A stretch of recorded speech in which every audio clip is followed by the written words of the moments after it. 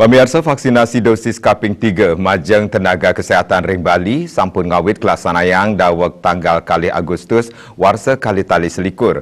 Vaksinasi puniki wantah nincapang proteksi majeng tenaga medis saking penglalah COVID-19 nganggen vaksin Moderna. Kesehatan Provinsi Bali Dr. Ketut Suarjaya vaksinasi puniki kelaksanayang ring makasami genah fasilitas kesehatan Paskes sejebak Bali. Dani Mausang wilangan sasaran vaksinasi inucap kantos langkungan petang dasa tali diri.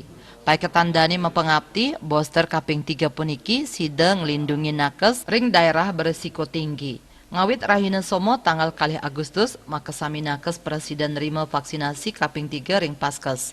Sadurung nyane ring tanggal 21 Juli vaksin saking Amerika Serikat Moderna ngawit kalimbakang oleh pemerintah pusat majeng Bali. Antuk undagan kapertamo puniki, kuentenan ulu likur tali nanggu 100 dosis vaksin antuk pabuat vaksinasi dosis kaping 3 majeng nakes sampun katrima. Yudi Karnaedi Bali Pos nguningaya.